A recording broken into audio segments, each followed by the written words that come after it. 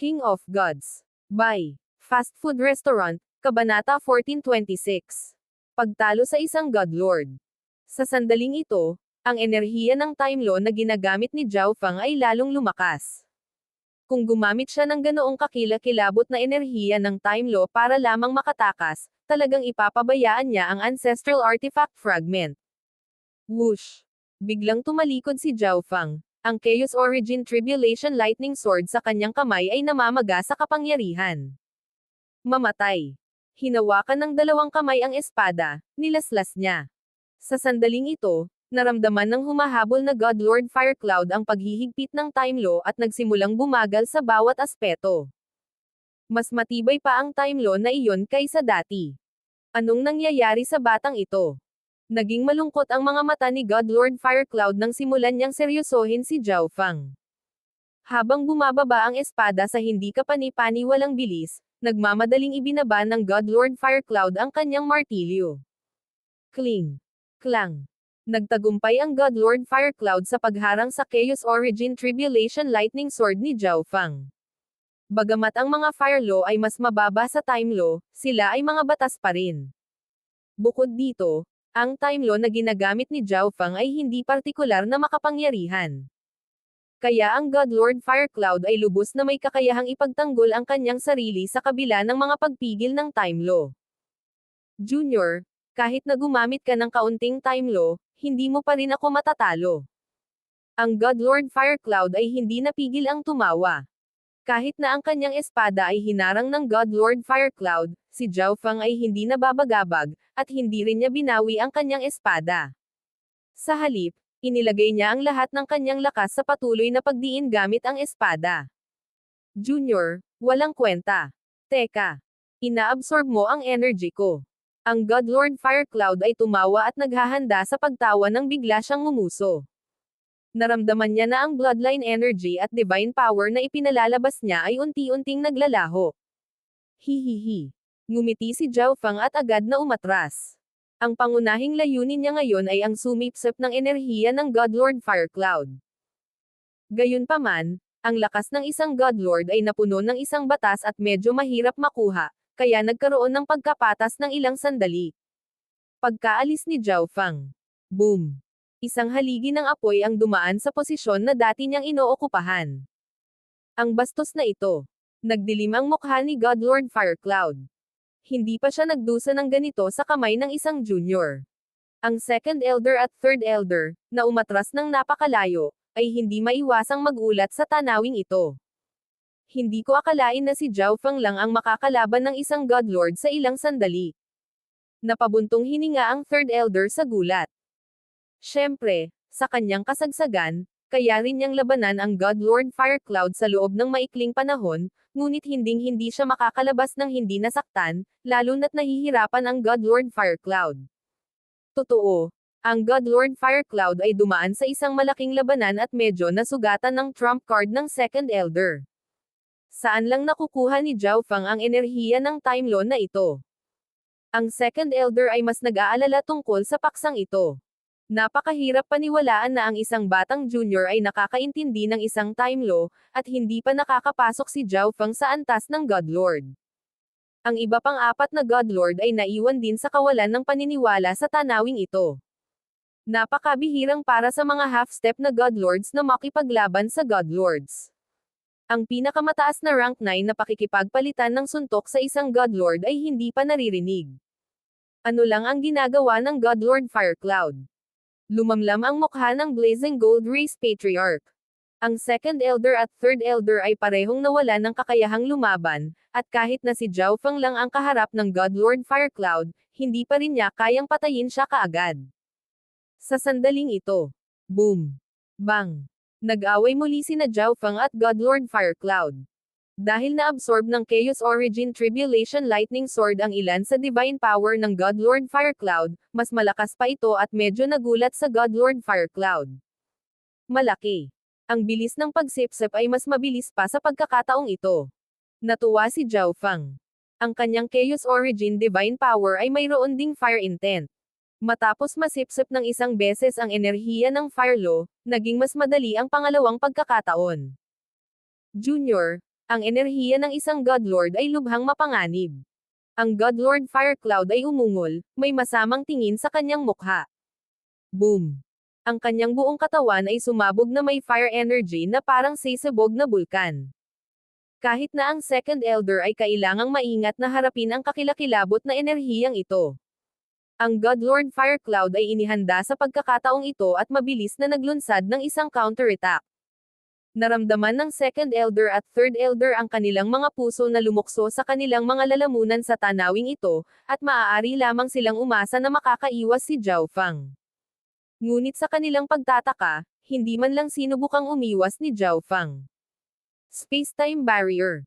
Inactivate ni Zhao Fang ang defensive skill ng kanyang space-time robe. Whoosh! Whoosh! Sunod-sunod na hadlang ang lumabas mula sa space-time robe. Bilang karagdagan, nag-apply si Zhao Fang ng ilang enerhiya sa time law, na naging dahilan upang ang space-time barrier ay maging mas malakas at mas may kakayahang depensahan at hadlangan ang pag-atake ng isang Godlord. Kasabay nito, mabilis na nabuo ni Zhao Fang ang isang singsing ng dark silver sa paligid niya. Sa sandaling ito, may 3 layer ng depensa si Zhao Fang. Ang space-time barrier, ang Chaos Heaven Void Ring, at ang space-time robe. Buzz. Boom. Ang malupit na apoy ay bumagsak sa space-time barrier. Ang Chaos Heaven Void Ring ay mabilis na nagsimulang sumipsap ng enerhiya na ito. Sa pagsipsap ng enerhiyang ito, nagawa pa ng Chaos Heaven Void Ring na palakasin ang mga kakayahan nito sa pagtatanggol. Itong brat. Hinaranggan niya talaga ang atake ko. Natigilan si Godlord Fire Cloud. Siya ay orihinal na naniniwala na, kahit na sinubukan ni Zhao Fang na umiwas, siya ay nauwi pa rin sa matinding pagkasugat. Hindi niya akalain na gagawin lang ni Zhao Fang ang pag-atake. Sa oras na ito, halos naubos na ang enerhiya ng space-time barrier. Boom! Pagkaraan ng ilang sandali, bumangga ang walang hanggan na apoy laban sa Chaos Heaven Void Ring, sa kalaunan ay bumagsak upang hampasin ang space-time robe. Boom! Bang! Bagamat nagawang harangan ng space-time robe ang pinsala, ang epekto ng apoy na ito ay nagtulak pa rin kay Zhao Fang pabalik ng medyo malayo. Ang pag-ataking ito ay magpapadala sa iyo sa Yellow Springs. Ang Godlord Fire Cloud ay umungal habang siya ay umabant, hindi binibigyan ng pagkakataon si Zhao Fang na makahinga. Bagamat hinaranggan ni Zhao Fang ang isang pag-atake, malamang na ginugol niya ang lahat ng kanyang lakas. Ang pangalawang pag-atake ay tiyak na papatay sa kanya. Boom! Bang! Inihagis ng Godlord Fire Cloud ang kanyang gintong martilyo, naglabas ng ulap ng apoy kung saan lumabas ang ilang mabangis na hayop ng apoy. Chaos Origin Conversion. Walang takot, ginawa ni Zhao Fang ang Chaos Heaven Void Ring sa ilang agos ng pilak na Dom Alloy sa Chaos Origin Tribulation Lightning Sword. Ang espada ay naging lubhang mabigat at nagsimulang kumikinang na may nagninangas na ningning. Ginawa niya ang lahat ng kanyang makakaya upang labanan ang pag-atake ng Godlord Fire Cloud upang mas masipsip niya ang enerhiya at mapalakas ang lakas ng napakalakas na Chaos Origin Tribulation Lightning Sword. Kahit ang Godlord Fire Cloud ay hindi maiwasang manginig nang maramdaman ang kapangyarihan ng espada. Boom! Bang! Sa pamamagitan ng pagindayog ng espada, ang mga apoy na hayop ay napatay. Bumaba ang espada sa Godlord Fire Cloud, ang walang katapusang kapangyarihan na nakapaloob dito ay mabilis na lumalabag sa mga depensa ng Godlord Fire Cloud at nagdadala ng gout ng gininto ang dugo. Arg! Paano ito nangyari? Sumigaw si Godlord Fire Cloud, nagulat ang mukha niya. Ngunit makalipas ang ilang sandali, naunawaan ng Godlord Fire Cloud. Matapos ang paulit-ulit na pagsipsip ng kanyang enerhiya, si Zhao Fang ay nakabuo ng sapat na lakas upang ang kanyang pag-atake ay nagawang basagin ang pag-atake ng Godlord Fire Cloud at nasugatan ang kanyang katawan. At ang mga sugat na dulot ng Tribulation Lightning ay hindi madaling gumaling. Hindi kita mapapatawad. Ang Godlord Fire Cloud ay nagalit at agad na sinimulang sunugin ang kanyang bloodline at divine power. Ang gintong martilyo ay nagpakawala ng isa pang ulap ng apoy. Sa pamamagitan ng pagindayog ng martilyo, ang napakalaking ulap ng apoy na ito ay naging isang napakalaking halimaw. Ito ang pinakamataas na kasanayan ng Godlord Fire Cloud Heaven Shattering Beast. Zhao Fang, Makakapagpahinga ka na ngayon na mamamatay ka sa pinakamataas na kakayahan na ginamit ko sa aking pangalan. Mabangis na tumawa ang Godlord Firecloud. Maging ang Second Elder at Third Elder na nagtutulungan ay nabigo na harangan ang Firecloud Heaven-Shattering Beast. Bukod dito, ginugol na ni Zhao Fang ang lahat ng lakas ng Chaos Origin Tribulation Lightning Sword. Kahit na ginamit niya ang defensive measure mula noon, mahihirapan siyang pigilan ang pag-ataking ito. Roar! Ang apoy na hayop na ito ay mabangis na umungal, ang mga sound wave na naging sanhi ng pagyanig sa buong mundo. Ngunit walang takot na hinarap ni Zhao Fang ang napakalaking flame beast na ito. Buzz! Ang malakas na enerhiya ng Time Law ay bumaba sa Firecloud Heaven-Shattering Beast. Kasabay nito, pinaandar ni Zhao Fang ang kanyang kaliwang mata. Ang bloodline energy na ito. Nagulat si Godlord Firecloud. Sa sandaling ito, naramdaman niya ang isang napakalakas na sinaunang enerhiya mula sa mga mata ni Zhao Fang, malapit sa nangungunang 10 sinaunang lahi. Roar! Ang Firecloud Heaven-Shattering Beast ay umungal, nagpakawala ng enerhiya ng Fire Law para labanan ang enerhiya ng Time Law, at pagkatapos ay sumabog ito pasulong. Ibinuka ng Firecloud Heaven-Shattering Beast ang malaimpyernong bibig nito at tila malapit nang lumunin si Zhao Fang ng buo. God Eye. Illusory Oblivion. Ang kaliwang mata ni Zhao Fang ay naglabas ng panaginip na ambon na naglaho sa nakapaligid na mundo. Ang Firecloud Heaven-Shattering Beast ay biglang lumitaw sa kanyang mga mata na gawa sa kumikislap at naaaninag na mga bula. Patayin. Lumakas ang kanyang origin energy habang itinoon niya ang kanyang isip. Pagkaraan ng ilang sandali, ang Firecloud Heaven-Shattering Beast ay nawala na lang. Ito. Paano ito mangyayari? Halos mabulunan ang Godlord Firecloud. Ang kanyang pinakamataas na kakayahan ay nawala na lamang. Ito ay mas nakakagulat sa kanya kaysa sa pagharang ni Zhao Fang sa kanyang pag-atake. Lahat ng tao sa lugar, kabilang ang 4 na naglalaban ng Godlords, ay natulala. Kahit na ang Second Heaven Godlords ay hindi maunawaan ang tanawing ito. Sa sandaling ito, isang panaginip na pilak na mata ang lumitaw sa kalangitan, na naglalabas ng isang kakilakilabot na presyon ng kaluluwa. God Eye Duplication. Firecloud Heaven-Shattering Beast. Si Zhao Fang ay tumawag kasama ang kanyang kaluluwa, kung saan ang pilak na mata ay nagsimulang magpakawala ng isang panaginip na ambon. Boom! Isang mabangis na hayop na gawa sa apoy ang lumabas mula sa ambon. Ang target nito ay ang Godlord Firecloud. Hindi. Ang Godlord Firecloud ay nakatayong nagyelo sa kinatatayuan habang siya ay nilamon ng Firecloud Heaven-Shattering Beast. Boom! Nagkalat ang ulap ng apoy, na inihayag ang napaso at napinsalang katawan ng Godlord Firecloud. Hanggang ngayon, medyo magulo pa rin ang isip niya. Biglang, isang malakas na enerhiya ng kaluluwa ang lumapit, na naging sanhi ng pagkislap ng mga mata ni Godlord Firecloud. Swish! Isang miniature na Chaos Origin Divine Sword ang tumusok sa kaluluwa ni Godlord Firecloud, dahilan para mapahawak siya sa kanyang ulo at mapaungol sa sakit. Chaos Origin Tribulation Lightning Sword. Mabilis na sinundan ni Zhao Fang ang isang slash ng napakalaking espada sa kanyang mga kamay. Swoosh! Isa pang hindi maalis na sugat ang naiwan sa katawan ni Godlord Firecloud.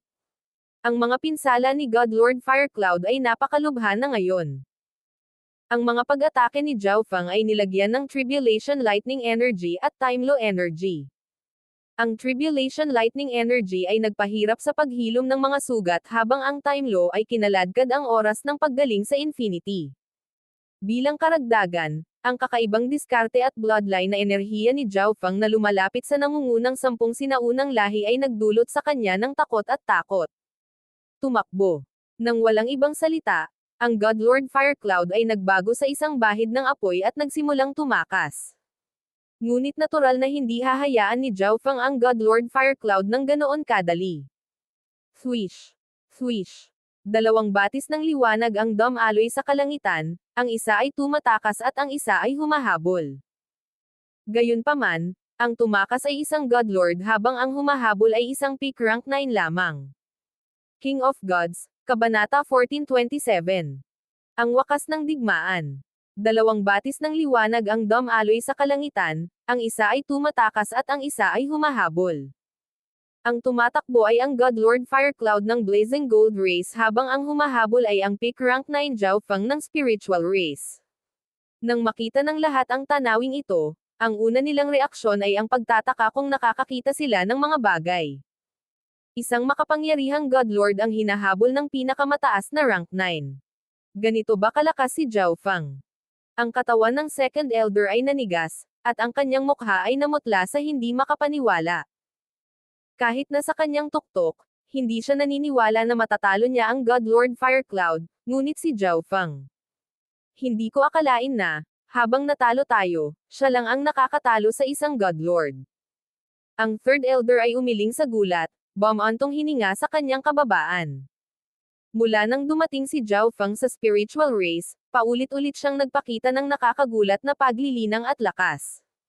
Sa loob lamang ng ilang dekada, napunta siya mula sa isang True God Junior tungo sa isang taong nalampasan na ngayon ang Third Elder. Ngayong naisip na niya ito, marahil ay wala talaga siyang karapatang kunin si Zhao Feng bilang isang disipulo noon. Samantala, ang dalawa pang Blazing Gold Race Godlords ay mas nabigla. Hindi nila akalain na ang isang pick na rank 9 junior ay magbabalik sa sitwasyong nilikha nila gamit ang Cursed Words of Deaths. Godlord Firecloud, tanga ka. Galit na sumigaw ang Blazing Gold Race Patriarch. Ang napakagandang pagkakataon ay ganap na sinira ng Godlord Firecloud. Siya ngayon ay hinahabol ng pinakamataas na rank 9 at malamang na magiging katatawanan sa buong Ziling Zone. Hahaha. Ang dalawang iba pang Spiritual Race Godlords ay patuloy na tumatawa, ganap na nagulat sa pag-unlad na ito. Talagang nakakataas ng buhok ang labanang ito. Buti na lang at sa huli, hindi natalo ang Spiritual Race. Thwish. Thwish. Ang Godlord Firecloud ay tumakas patungo sa malayong abot-tanaw, at nang marinig niya ang galit na dagandong ng Blazing Gold Race Patriarch, ibinaba niya ang kanyang ulo sa kahihiyan. Sa sandaling ito, naramdaman ng Godlord Firecloud ang malalakas na pulso ng divine power na nagmumula sa kanyang likuran. Ilang Chaos Origin Tribulation Lightning Sword Bolts ang bumaril patungo sa kanya. Ding! Thwish! Ginawa ng Godlord Firecloud ang lahat para makaiwas, ngunit nataman pa rin siya ng dalawa sa mga sword bolts. Saan ka pupunta? Umungol si Zhao Feng habang siya ay sumabog sa hangin.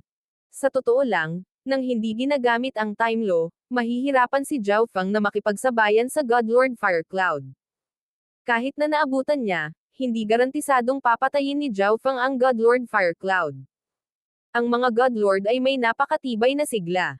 Bukod dito, kahit na ang isang Godlord ng parehong antas ay kailangang mag-ingat sa isang huling ditch na ganting salakay mula sa isang namamatay na Godlord. Kung hindi, maaaring mamatay silang dalawa. At si Zhao Feng ay isa lamang pinakamataas na rank 9. Habang hinahabol niya ang Godlord Firecloud, hindi siya masyadong lumalapit. Ang tanging layunin niya ay sugpuin ang Godlord Firecloud at pigilan siyang malagutan ng hininga. Kapag natapos na ang Second Elder at Second Elder, maaari na nilang tapusin ang labanang ito. Patriarch, dapat tayong umatras, tama ba? Ang Godlord Firecloud ay naglakas ng loob at nag-message sa Blazing Gold Race Patriarch. Napakasama ng sitwasyong ito. Sumang-ayon ang ibang Blazing Gold Race Godlord sa mungkahi ng Godlord Firecloud. Sa paghabol ng Godlord Firecloud ni Zhao Feng, mahihirapan silang dalawa na labanan ang Spiritual Race. Ang Second Elder ng Spiritual Race ay nagpapagaling mula sa kanyang mga pinsala sa oras na ito, at may ilang mga dalubhasa sa medicine daw sa kanyang tabi na nag-iisip ng mga paraan upang pansamantalang sugpuin ang mga Words of Death.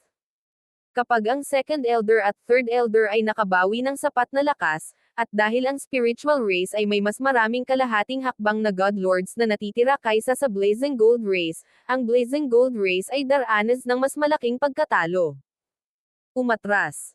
Sigaw ng Blazing Gold Race Patriarch, ang kanyang mukha ay nabaluktot sa galit, nag-igting ang kanyang mga ngipin at sumisigaw. Habang tumatagal ang mga berdeng burol, hindi na kailangang mag-alala tungkol sa kakulangan ng kahoy na panggatong upang masunog. Umatras. Ang mga miyembro ng Blazing Gold Race sa ibaba ay nagsimula ng isang lahat ang pag-atres. Thwish.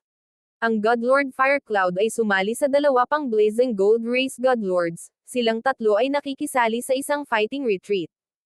Patayin. Ang Spiritual Race Patriarch na umuungal. Ang sama ng loob sa pagitan ng Blazing Gold Race at ng Spiritual Race ay nasa antas na kung saan ang isa o ang isa ay kailangang mamatay. Mas mainam kung tuluyan nilang mapuksa ang Blazing Gold Race, ngunit kung hindi, gagawin nila ang lahat para masugatan ito ng husto at mapababa ang banta na dulot nito. Boom! Ang dalawang malulusog na Godlords ng Spiritual Race ang nanguna sa pagpupulong, niyanig ang mundo. Kung hahayaan natin ang Blazing Gold Race sa pagkakataong ito, tiyak na babalik sila. Nanlamig ang mga mata ng Second Elder. Nang pansamantalang pinigilan ang Cursed Words of Death at medyo nakabawi ang kanyang lakas, bumalik siya sa labanan. Ang Third Elder at ang iba pang kalahating hakbang na Godlords at ang pinakamataas na rank 9s ay muling sumali sa mga laban. Sa ibaba, ang Spiritual Race ay nasa gitna ng isang buong pagtugis. Boom! Bang! Crash! Ang sagupaan sa pagitan ng dalawang karera ay muling umabot sa rurok. Upang maprotektahan ang natitirang mga miyembro ng Blazing Gold Race, ang tatlong Godlords ay kailangang manatili sa likuran upang palayasin ang mga miyembro ng Spiritual Race sa itaas na echelon. Ang Spiritual Race ay teknikal na mas malakas kaysa sa Blazing Gold Race sa mga tuntunin ng kabuuang lakas, ngunit sa tatlong Godlords na ganap na nakatutok sa depensa, ang Spiritual Race ay panandaliang walang nagawa sa Blazing Gold Race. Pagkatapos ng lahat, ang Spiritual Race ay hindi nagtagumpay sa mga paputok na pag-atake. Mabilis na umatras ang mga natitirang miyembro ng Blazing Gold Race. Tara na! Ang Blazing Gold Race Patriarch ay mahigpit na pinandilatan ang Spiritual Race Patriarch at Zhao Feng sa huling pagkakataon bago humiyaw. Upang hayaan ang iba pang miyembro ng Blazing Gold Race na umatras, ang tatlong Godlords ay nanatili sa likod upang tiisin ang galit na pag-atake ng Spiritual Race, na nagdusa ng malalaking pinsala sa proseso. Kalokohan! Hinahayaan natin silang umalis ng ganun-ganun lang. Ang Second Elder ay medyo ayaw. Kung siya ay nasa kanyang tuktok, ang tatlong Spiritual Race Godlords na nagtutulungan ay maaaring lubos na nasugatan ang tatlong kaaway na Godlords. Ngunit ngayon, kung ang tatlong Blazing Gold Race Godlords ay nakatuon ang lahat sa kanilang pagtakbo, mahihirapan silang huminto. Dahil hindi natin kayang harapin ang tatlo, tumutok tayo sa isa lamang. Tumawag si Zhao Feng habang nakatutok ang kanyang kaliwang mata sa Godlord Firecloud. Mas madaling sabihin iyan kaysa gawin. Silang tatlo ay nagtutulungan. Nagdilim ang tingin ng Second Elder. Ang tatlong kaaway na Godlord ay nagtutulungan upang ipagtanggol habang dahan-dahan silang umatras. Mukhang hindi kapanipaniwala ang plano ni Zhao Feng. Buzz! Sa sandaling ito, ang katawan ni Zhao Feng ay pumutok sa lakas ng Time Law, na dahan-daang dumaloy sa kanyang kaliwang mata.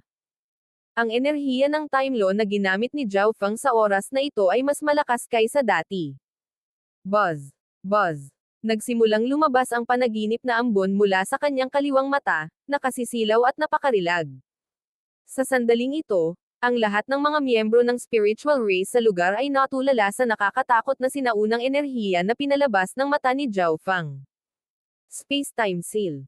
Biglang nagpaputok ang Space-Time Eye Bloodline Technique ni Zhao Feng. Pagkaraan ng ilang sandali, isang kakaibang space-time na enerhiya ang bumaba sa katawan ni Godlord Firecloud. Hindi maganda. Ang Godlord Firecloud ay sumigaw sa gulat. Sa sandaling ito, nilamon siya ng malakas na space-time na enerhiya na pumipigil sa paggamit ng space intent. Ang bilis ng kanyang pag-iisip at iba pang aspeto ay pinabagal ng time intent, at malinaw na nagsimulang gumalaw ng mas mabagal ang kanyang katawan. Maging ang dalawang salitang iyon ay binigkas ng napakabagal. Sa tulong ng Time Law, ang Space-Time Eye Bloodline Technique ni Zhao Feng ay mas malakas. Ang matinding nasugatan na Godlord Firecloud ay may napakakaunting kakayahan na lumaban. Magandang pagkakataon. Ang mga miyembro ng upper echelon ng Spiritual Race ay tumawag sa tuwa. Hindi nila inaasahan na magkakaroon si Zhao Feng ng napakalakas na Space-Time Eye Bloodline Technique. Nagawa nitong pansamantalang pigilan kahit ang isang Godlord at hindi maaaring bantayan. Siyempre, Ito ay dahil ang God Lord Fire Cloud ay nasugatan ng husto at mas mahina kaysa dati. Mamatay. Ang spiritual race patriarch ay paulit-ulit na inihagis ang kanyang saber, na tinatakpan ang kalangitan ng mga blades ng asul na kristal. Metal Shattering Strike.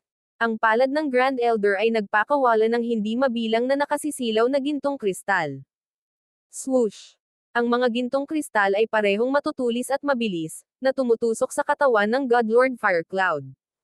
Samantala, ang Second Elder at Third Elder ay gumagamit ng sarili nilang makapangyarihang mga diskarte. Sa sandaling ito, ang God Lord Fire Cloud ay pinigilan ng space-time na enerhiya at hindi makaiwas o makalaban. At gaano man kalakas ang dalawang natitirang God Lords ng Blazing Gold Race, hindi nila mapigilan ang mga pag-atake ng buong spiritual race. Bukod dito, sila mismo ay nasaktan ng husto. Boom! Bang! Crash!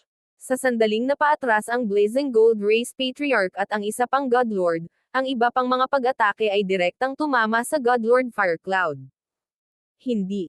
Ang mukha ni God Lord Fire Cloud ay nababalot ng takot. Kahit na matapos talunin ni Zhao Fang ay hindi siya natakot dahil alam niyang hindi siya maaaring patayin ni Zhao Fang. Ngunit sa pagkakataong ito ay iba. Sa pagkakataong ito, nahaharap siya sa mga pag-atake mula sa maraming eksperto ng spiritual race. Kaboom!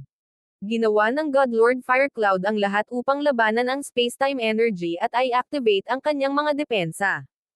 Sa tabi niya, makikita ang malabong imahe ng Fire Divine Kingdom. Hindi maganda. Hindi natin siya mailigtas. Bumantong hininga ang dalawang Blazing Gold Race God Lords bago nagpas siyang umatras. Mamatay. Ang sable sa kamay ng Spiritual Race Patriarch ay kumikinang na may asher na ningning habang nagpakawala ito ng malakristal na whirlpool. Boom! Bumaba ang asul na whirlpool sa matinding na sugatan na God Lord Fire Cloud. Ilang saglit pa ay dinurog nito ang kanyang katawan sa wala. Sa wakas, isang God Lord ang napatay sa labanang ito. Ipagpatuloy ang pagtugis. Utos ng Spiritual Race God Lords. Hindi nila mabigyan ng pagkakataon ang Blazing Gold Race na huminga. Sasaktan nila ang Blazing Gold Race base at durugan ang lahat. Ang hukbo ng Spiritual Race ay sumugod patungo sa teritoryo ng Blazing Gold Race. Ngunit bago pa sila makalayo, natuklasan ng mga miyembro ng Spiritual Race na ang hukbo ng Blazing Gold Race ay huminto sa unahan. Ang aura ng isang makapangyarihang God Lord ay lumitaw sa gitna ng hukbo ng Blazing Gold Race. Ang God Lord na ito ay napapaligiran ng mapusyaw na berdeng ilaw. Ito ay isang matandang lalaki na may itim na buhok at isang madilim na berdeng kaliwang mata na tila pinagmulan ng buhay. Tumigil ka. Ang mukha ng Spiritual Race Patriarch ay naging seryoso, at hindi siya nang ahas na kumilos ng walang ingat. Dahil ang God Lord na ito ay ang God Lord Verdant Origin ng Life Sacred Land. Tapusin na natin ang digmaang ito. Ano sa tingin nyo? Mahinang tanong ng God Lord Verdant Origin. Naniniwala ako na alam ng Sacred Land ang sama ng loob sa pagitan ng aming dalawang lahi. Kung hahayaan namin ang Blazing Gold Race na masyadong magaan ngayon, babalik sila sa hinaharap. Nanlamig ang mukha ng Spiritual Race Patriarch habang prangka niyang sinabi. Natahimik ang Blazing Gold Race. Kung ipagpapatuloy ng Spiritual Race ang paghabol, hindi nito ganap na mapupunas ang Blazing Gold Race, ngunit makakagawa pa rin ito ng napakalaking pinsala. Kinatawan ko ang Life Sacred Land sa pag-aalok ng solusyon sa hidwaan na ito sa pagitan ng inyong dalawang lahi. Ibibigay ng Blazing Gold Race ang kalahati ng lupain nito at magbibigay ng napakalaking mapagkukunan bilang kabayaran. Bilang kapalit, ang Spiritual Race ay hindi magpapasimula ng anumang pagsalakay sa Blazing Gold Race. Sabi ng God Lord Verdant Origin, at pagkatapos ay lumingon siya sa dalawang patriarch. Ano? Ang mga upper echelon na miyembro ng Spiritual Race ay napangiwi, malinaw na hindi masyadong kontento sa panukalang ito. Pagkatapos ng lahat, ang Spiritual Race ay nanalo ng isang malaking tagumpay sa pagkakataong ito. Maaari nilang walisin ang lahat ng teritoryo ng Blazing Gold Race at angkinan pa rin ito bilang kanila.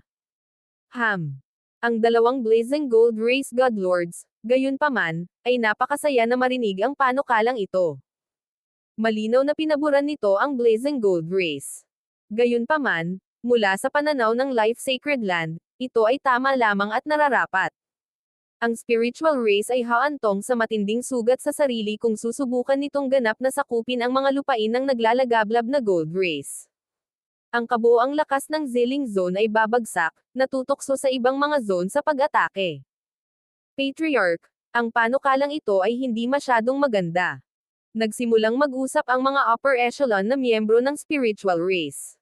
Ngunit kung tutol tayo sa panukalang ito, mahihirapan tayong ganap na wasakin ang Blazing Gold Race habang hinihimok din ang kawalang kasiyahan ng Sacred Land. Ang Spiritual Race Patriarch ay nag-alinlangan. Pagkatapos ng ilang talakayan, sa wakas ay nagkasundo ang lahat. Sige. Tinanggap ng Spiritual Race Patriarch ang panukala ng Life Sacred Land. Una, makakatanggap sila ng malaking kabayaran sa lupa at mga mapagkukunan, na hindi lubos na hindi katanggap-tanggap. Pangalawa, nagbibigay sila ng mukha sa Sacred Land, at dahil tiyak na lalakas ang spiritual race pagkatapos ng digmaan, mapapabuti nila ang kanilang relasyon sa Sacred Land. Kung nagtagumpay sila sa pagbuo ng isang relasyon, kung gayon kahit na ang Blazing Gold Race ay nakaranas ng revival at bumalik, ang spiritual race ay walang dapat ikatakot. Bukod dito, hindi naniniwala ang spiritual race patriarch na magkakaroon muli ng pagkakataong ganito ang Blazing Gold Race. Sa sandaling ito, ang spiritual race ay may isa pang God Lord kaysa sa Blazing Gold Race, at mayroon din silang walang katulad na mga henyo tulad ni na Zhao Yufei at Zhao Fang. Sa wakas, mas kakaunting pagkatalo lang ang natamo nila sa digmaan. Napakababa ng pagkakataong makaganti ang Blazing Gold Race. Naayos na ang usapin. King of Gods, Kabanata 1428. Pagwawakas sa sumpa. Sa ilalim ng kalooban ng Sacred Land, ang dalawang lahi ay tumigil sa kanilang digmaan at nagpasya na makipagpayapaan. Tulad ng para sa mga tiyak na detalye ng kasunduan sa kapayapaan, ang mga iyon ay kailangang i-hash out sa ibang araw. Godlord Verdant Origin, may paraan ba ang Sacred Land para bawiin ang cursed words of death? Ang spiritual race patriarch ay tumawag sa Godlord Verdant Origin, na naghahanda ng umalis. Ang Ancient Shaman Race ay ang ikalawang ranggo na ipinagbabawal na lahi ng 10,000 Ancient Races. Alam ng lahat ng 10,000 Ancient Races kung gaano kakilakilabot ang maraming sikretong sining nito. Ang Second Elder ay nasa ilalim pa rin ng mga epekto ng mga cursed words of death. Kahit na ang spiritual race ay may mga paraan para pansamantalang sugpuin ito, hindi nila ito tuluyang maalis. Nangangahulugan ito na, habang ang Second Elder ay maaaring mabuhay, ang kanyang lakas, paglilinang, at iba pang mga aspeto ay dahan-daang kumukupas. Ang cursed words of death. Ang Godlord Verdant Origin ay naging solemn na habang itinuon niya ang kanyang pares ng dark green na mata sa Second Elder. Pagkaraan ng ilang sandali, ang dalisay na enerhiya ng buhay ay dumaloy sa katawan ng Second Elder. Pakiramdam ng Second Elder ay ang iba't ibang maliliit na sugat sa kanyang divine body ay agad na gumaling habang kahit na ang mga malalaking pinsala ay mabilis na gumagaling. Kasabay nito, naramdaman niya na ang kinakaing unti-unting epekto ng words of death ay biglang bumagal. Biglang itinigil ng Godlord Verdant Origin ang pag-activate ng kanyang Eyes of Life. Hindi maganda. Umiling ang Godlord Verdant Origin. Ang mga miyembro ng upper echelon ng spiritual race ay medyo nabigo, kahit na inaasahan na nila ang konklusyong ito. Kung ang Lord Life God mismo ang kumilos, ang mga cursed words of death ay tiyak na maaalis. Maaaring magawa rin ito ng ibang mga God Kings. Idinagdag ng Godlord Verdant Origin. Ang Life God. Napailing ang mga miyembro ng spiritual race, bakas sa mga mukha nila ang pananabik. Ang Life God ay ang may hawak ng Life God ay, isa sa mga Diyos ng Ancient Desolate Realm of Gods. Ang lahat ay lubos na nakatitiyak na siya ay may paraan upang maalis ang mga cursed words of death. Ngunit hindi nila alam kung ang Life God ay knows a Life Sacred Land, lalo na kung kaya nilang bayaran ang halaga para sa paghiling ng tulong sa isang Diyos. Hihihi. Malamig na tumawa ang Blazing Gold Race Patriarch. Ang Blazing Gold Race nila ay nawalan ng isang Godlord, ngunit kahit na ang Second Elder ng spiritual race ay hindi patay, siya ay karaniwang nawala ang lahat ng potensyal at dahan-daang ibababa ng sumpa. Ang digmaan sa pagitan ng dalawang lahi ay sa wakas ay napanalunan ng spiritual race. Ngayong natapos na ang digmaan, ang magkabilang panig ay pumasok sa isang panahon ng pahinga at pagpapagaling. Ang dalawang lahi ay nag-away sa isang malawak na lugar, na nagdulot ng hindi mabilang na pagkalugi at pagkasawi. Ang unang prioridad ng spiritual race ay muling pagsamahin ang pangangasiwa nito sa mga paksayon sa loob ng teritoryo nito. Bilang karagdagan, nakuha ng spiritual race ang kalahati ng teritoryo ng Blazing Gold Race, kaya kailangan nilang kontrolin ang mga paksayon sa lupaing ito at muling pagsamahin ang mga ito. Habang muling nagsasama-sama ang dalawang lahi, nagsimulang kumalat ang maluwalhating tagumpay at tagumpay ng mga nakilahok sa digmaang ito. Ang ilang mga tao na dating ganap na hindi kilala ay naging kilala sa digmaang ito.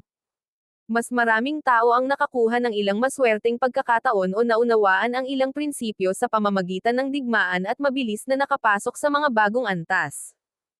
Ngunit ang isa na may pinakamatingkad na reputasyon ay natural na si Zhao Feng.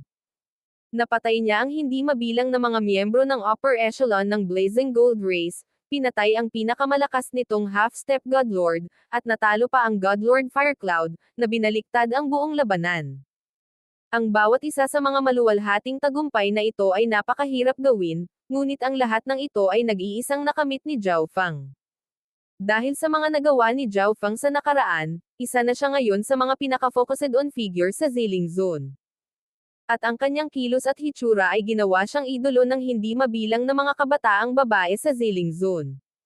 Sa pagbabalik sa spiritual race, siya ay tinanggap ng isang marangal at napakarilag na babae na nakasuot ng kulay lila. Brother Feng, bumalik ka na. Si Zhao Yufei ay kaakit-akit na ngumiti, isang mapagmahal na tingin sa kanyang mga mata habang niyayakap siya nito. Sa totoo lang, matagal nang bumalik si Zhao Feng sa spiritual race, ngunit hindi na nagkaroon ng pagkakataon ang dalawa na magkita. Ang malambot at mainit na pakiramdam ng pagyakap ay naging sanhi ng hindi maipaliwanag na pagtibok ng puso ni Zhao Feng, at malumanay siyang ngumiti. Pumunta silang dalawa sa tirahan ni Zhao Feng. Yufei, hindi ko akalain na makukuha mo ang legacy ng God Martial Race. Labis na natuwa si Zhao Feng. Bagamat hindi niya alam kung ano ang eksaktong nakuha ni Zhao Yufei, sa loob ng 10 taon na ito, si Zhao Yufei ay napunta mula sa rank 7 hanggang sa pinakamataas na rank 8. Napakalapit na niya ngayon sa rank 9. Nalaman ni Zhao Feng na hindi lamang nakuha ni Zhao Yufei ang legacy ng mga diskarte ng God Martial Race, kundi pati na rin ang isang Divine Kingdom ng God Martial Race. Sa loob ng Divine Kingdom na ito, ang paglinang ng mga kasanayan sa pakikipaglaban, pag-unawa sa mga intent, at pagpapataas ng antas ng paglilinang ng isang tao ay mas mahusay. Ang cultivation na ito ng Divine Kingdom ay katulad din ng space-time robe na nagbibigay ito ng mas maraming oras upang linangin. Bilang karagdagan, si Zhao Yufei ay nakakuha ng ilang mga kayamanan na maaaring magpapataas sa kanyang mga kakayahan sa pag-iisip at mga kakayahan sa pag-unawa. Isang buwan pagkatapos ng digmaan, ang spiritual race ay bumalik sa normal na operasyon. Sinimulan nito ang proseso ng pagpaparangal at paggantimpala sa mga nasa spiritual race na nakagawa ng mga natatanging tagumpay sa larangan ng digmaan. Gaya ng inaasahan, ang mga nagawa ni Zhao Feng ay pinananatili hanggang sa huli. Si Zhao Feng, sa digmaang ito sa pagitan ng dalawang lahi, ay pumatay ng 12 half-step Godlords, kasama na si Elder Jin ng Blazing Gold Race at ilang iba pang makapangyarihang half-step Godlords. Pagkatapos, sumali siya sa paglaban sa Godlord Firecloud at nagawa niyang talunin siya ng mag-isa. Sa pangwakas na pagtugis, nagsagawa siya ng isang pambihirang gawa sa paghadlang sa Godlord Firecloud at nag-ambag sa kanyang pagkamatay. Kahit na ang Second Elder ay medyo nabigla pagkatapos niyang ipahayag ang lahat ng mga nagawa. Sa totoo lang, nakapatay din si Zhao Feng ng maraming peak rank 9 at regular na rank 9 ancient gods, at marami na rin siyang nalagpasan na stronghold ng kaaway. Gayunpaman, dahil ang listahan ng mga nakamit ay masyadong mahaba, nagpasya silang banggitin lamang ang mga mahahalagang bagay. Hindi mabilang na mga miyembro ang tumitig kay Zhao Feng ng may paghanga at inggit. Tungkol sa kanyang mga gantimpala, si Zhao Feng ay na-promote bilang elder at ngayon ay nakakakuha ng maraming espesyal na karapatan at pribilehiyo. Binigyan din siya ng maraming mamahaling mapagkukunan at malaking bilang ng mga puntos ng kontribusyon. Sa simula, hindi gaanong interesado si Zhao Feng sa mga reward o kontribusyon na makukuha niya mula sa digmaan. Ngunit pagkatapos ng digmaan, ang mga samsam at kontribusyon na naipon ni Zhao Feng ay nakakuha ng kanyang interes. Matapos pumatay ng 12 half-step godlords, si Zhao Feng ay nakakuha ng 10 pinakamataas na kalidad na mga divine artifact at hindi mabilang na mga dekalidad. Mayroon din siyang maraming mapagkukunan, gamot, mahalagang kayamanan, at ang kanyang interspatial na dimensyon ay halos napuno. Sa kabutihang palad, si Zhao Feng ay may Black Destruction Dragon at ang grupo sa Ancient Dream Realm, na nagpapahintulot sa kanya na matagumpay na mahawakan ang lahat ng mga mapagkukunan at mga kayamanan na hindi niya nagamit. Matapos ayusin ang lahat, pumasok si Zhao Feng sa liblib na paglilinang. Ginamit ni Zhao Feng ang halos lahat ng pamamaraan na magagamit niya sa digmaang ito at nakipagduel pa sa isang godlord. Siya ay dumating ang layo na may isang mahusay na ani. Pagkatapos kumuha ng ilang cultivation resources, nagsimulang mag-cultivate si Zhao Feng. Matapos gamitin ang time law ng maraming beses, nagkaroon siya ng mas malalim na pag-unawa sa oras, na nagpapahintulot sa kanyang time intent na direktang makapasok sa level 8. Ang iba pang mga intent ay nagkaroon din ng makabuluhang pagpapalakas. Tanging ang kanyang space intent lang ang nanatili sa tuktok ng level 8. Mukhang hindi ganoon kadali ang pag-abot sa level 9 intent. Si Zhao Feng ay hindi masyadong sabik na sumulong. Bagamat sinabi niyang hindi ganoon kadali, ang kanyang space intent ay talagang napakalapit sa level 9. Kapag naabot na niya ang level 9, matatawag na ni Zhao Feng ang kanyang sarili na half-step godlord. Habang nililinang ang mga intent, naiintindihan din ni Zhao Feng ang mga kasanayan sa pakikipaglaban sa Chaos Origin at binago ang kanyang mga diskarte sa I Bloodline. Oh, ang aking Origin Energy ay tila lalong naging dalisay. Naramdaman ni Zhao Feng na ang Origin Energy sa kanyang God Spiritual Eye ay naging mas pino. Ipinadala ang kanyang isip sa God Eye Dimension, nakita niyang dahan-dahang umiikot ang panaginip na pilak na bola. Ngunit may napansin si Zhao Feng na kakaiba. Naalala niya na ang mga linya na bumubuo ng imahe ng isang mata sa Dreamy Silver Ball ay kumikinang lamang, ngunit ngayon, ang mga linya ay isang panaginip na kulay tulad ng iba pang bahagi ng bola at lumitaw sa abnormal na nakasisilaw at kapansin-pansin. Ang mapangarapan na kulay na ito ay mahalagang tinina ang bawat bahagi ng imahe ng mata. Isang napakaliit na bahagi lamang ng isang linya ang nagpapanatili pa rin ng orihinal na kulay. Ano lang ibig sabihin nito? Si Zhao Feng ay parehong nalilito at umaasa. Ang mga kakayahan ng God Spiritual Eye ay maaaring ilarawan bilang lubhang nakakalaban sa langit. Kapag gumagamit ng Origin Energy, maaari pa nitong gawing realidad ang mga pangarap, gawing posible ang imposible. Kailangan kong pag-aralan kung paano gamitin ng tama ang Origin Energy ng God Spiritual Eye. Biglang naisip ni Zhao Feng ang isang mahusay na paksa ng pananaliksik. Nang maglaon sa araw na iyon, hinanap ni Zhao Feng ang Second Elder. Maaari ko bang itanong kung ano ang kalagayan ng mga words of death sa loob ng katawan ng Second Elder? Nag-aalalang tanong ni Zhao Feng. Sayang, kahit na pinigilan ito sa ngayon, wala pa ring magagawa tungkol dito. Humagulgol ang Second Elder. Hindi na niya kailangang itago ito kay Zhao Feng. Tama, sa ilang sandali, ang Divine Kingdom Trading Ring ng Ancient Desolate Realm of Gods ay magsasagawa ng malaking auction. Kung kailangan mo ng anuman, maaari kang pumunta at tingnan ito. Naalala ng Second Elder ang isang bagay at sinabi. Divine Kingdom Trading Ring. Ito ang unang pagkakataon na narinig ito ni Zhao Feng, ngunit hindi na niya idiniin pa. Bumisita siya sa pagkakataong ito para sa ibang bagay. Second Elder, maaari ko bang tingnan ang cursed words of death sa iyong katawan? Binago ni Zhao Feng ang paksa. Ang kanyang layunin ay tiyak na gamitin ang cursed words of death para sa isang eksperimento. Bilang karagdagan, maaari niyang gamitin ang pagkakataong ito para i-undo ang cursed words of death. Mayroon ka bang paraan ng pakikipag-ugnayan sa cursed words of death? Gulat na tinitigan ng Second Elder si Zhao Feng. Dahil random na dinala ito ni Zhao Feng, natural na nagsimula siyang mag-isip ayon sa linyang ito. Pero ngayong naisip niya, parang imposible.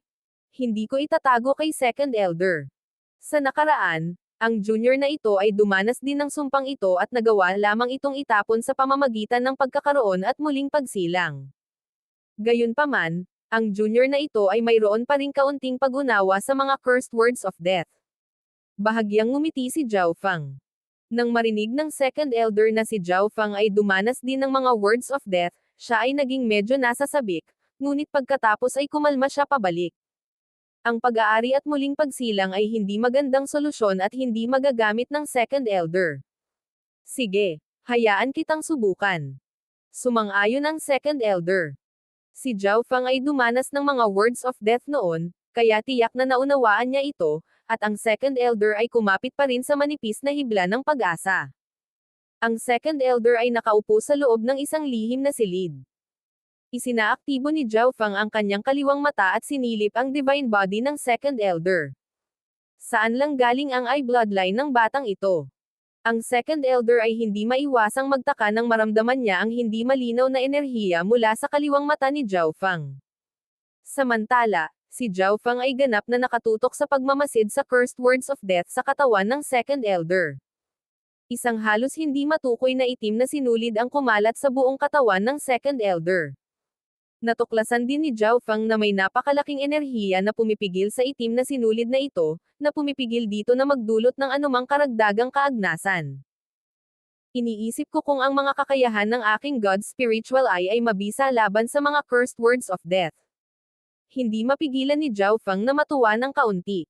Ang mga words of death ay sobrang nakakatakot na kahit ang numero 1 ancient race ay natakot sa kanila.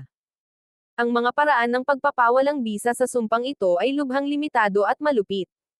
Nakatutok ang kaliwang mata ni Zhao Fang sa isang maliit na bahagi ng itim na sinulid sa katawan ng Second Elder. Ang itim na sinulid na ito ay napakanipis. Kung si Zhao Fang ay hindi gumagamit ng God Spiritual Eye, malamang na hindi niya ito mapapansin. Mawala. Mawala. Isinaaktibo ni Zhao Fang ang kanyang origin energy habang itinoon niya ang kanyang isip sa kaisipang ito.